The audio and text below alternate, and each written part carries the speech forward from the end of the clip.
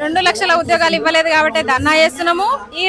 ఈ ధర్నా వల్ల మీరు 2 లక్షల ఉద్యోగాల నోటిఫికేషన్ ఇస్తారనే నమ్మకం అయితే లేదు. కానీ ఇలాంటి ధర్నాలు చాలా జరుగుతాయి. అయినప్పటికీ మీరు నోటిఫికేషన్స్ ఇవ్వకపోతే ఖచ్చితంగా మీకు ఓటుతోనే మా సమాధానం ఉంటది. ఓటుతోనే సమాధానం చెప్తాము. మీ ఉద్యోగాలు ఎవరెవరైతే మా వల్ల ఉద్యోగాలు పొందిరో మీరు మా వల్ల ఉద్యోగాలు కోల్పోతారు. మోసం చేసినోడే, వెన్నుపోటు పొడిచినోడే ఆడ నీతి వాక్యాలు చెప్తున్నాడు. ఏమని చెప్తున్నాడు? ఈయన 2 లక్షల ఉద్యోగాలు ఇవ్వలేదు రాహుల్ గాంధీ, కానీ ఇచ్చిన మాట నిలబెట్టుకోలేదు. కానీ సెంట్రల్ లో ఆయన బీజేపీని క్వశ్చన్ చేస్తున్నాడు. మీరు నిరుద్యోగులకి బడ్జెట్ కేటాయించలే, విద్యకి బడ్జెట్ కేటాయించలే అని చెప్తున్నాడు. కానీ నేను కూడా మాట తప్పినా నువ్వు కూడా మాట తప్పని సందేశం ఇస్తున్నారా? లేకపోతే నేను ఇవ్వలేదు, నాకు చేత కాలేదు, మీరన్నా ఇవ్వండి అని, మీరన్నా 2 కోట్ల ఉద్యోగాలు ఇస్తామన్నారు, మీరన్నా ఇవ్వండి అని వాళ్ళకి హింట్ ఇస్తున్నారా? అర్థమైతలేదు.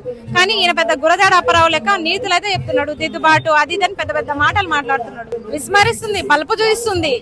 ఏం చేసినా నిరుద్యోగులు ఎలక్షన్స్ వచ్చే వరకు చెప్పు చేతలో ఉంటారని అర్థమైపోయింది ప్రభుత్వాలకి. ఈసారి రిజల్ట్ ఇట్లా ఉండదు, ఈసారి వేరే ఉంటది కదా. ఈసారి ప్రభుత్వాలకు అందరికి వ్యతిరేకంగానే ఉంటాం నిరుద్యోగులు. ఇవన్నీ పెంచారంటే మీకు ఉద్యోగాలు ఇవ్వము అని డైరెక్ట్ చెప్పినట్టే కదా. అంతే కదా, వాళ్ళకి పెంచారంటే మాకు ఉద్యోగాలు ఇవ్వమన్నట్టే. వాళ్ళకి ఇంకో 2-3 సంవత్సరాలు పెంచితే వాళ్ళకి 2-3 సంవత్సరాలు జీతాలు ఇస్తే అయిపోతుంది. ఎందుకంటే ఇప్పుడున్న వాళ్ళ ఒక్క జాబరు కాంట్రాక్ట్ బేస్ లో 3 జీతాలు తింటున్నాడు, 3 జీతాలు తింటున్నాడు. అవన్నీ కూడా వెలుగులోకి వచ్చినాయి.